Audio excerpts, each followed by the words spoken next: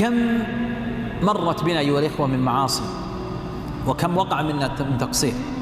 السؤال: كم مرة بكينا على ذنوبنا؟ كم مرة بكينا على معاصينا؟ كم مرة جلس أحد منا مع نفسه يستعرض شريط أعماله، شريط سيئاته، شريط أخطائه، فنزلت منه عبرة وسالت على خده خوفا من الله عز وجل؟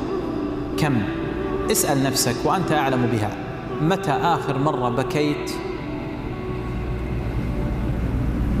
حزنا على معصيتك؟ كم مرة أو متى آخر مرة بكيت خوفا من الله عز وجل أنك قارفت معصية وعصيت الله عز وجل وهو يراك ويطلع عليك؟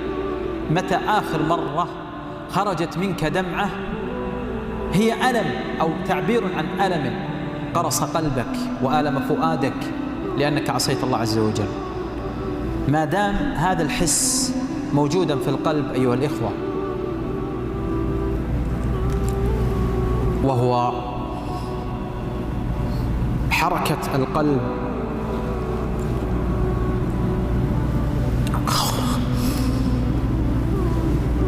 خوفا من الله سبحانه وتعالى على الذنب والمعصية، فهذه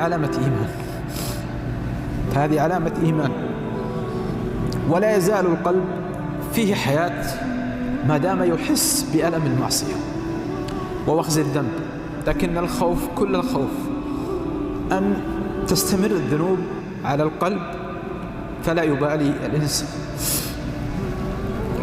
الإنسان حتى ربما مر عليه في اليوم الواحد عدة ذنوب ولم يتأثر،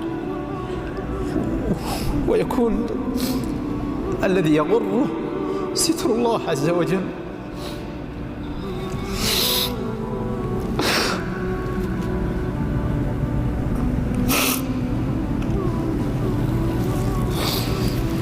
يغره ستر الله سبحانه وتعالى وحلمه على من عصاه،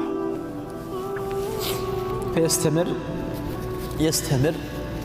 كما قال أحد السلف لما سمع قول الله عز وجل: يا أيها الإنسان ما غرك بربك الكريم، فقال: ستورك المرخاة يا رب.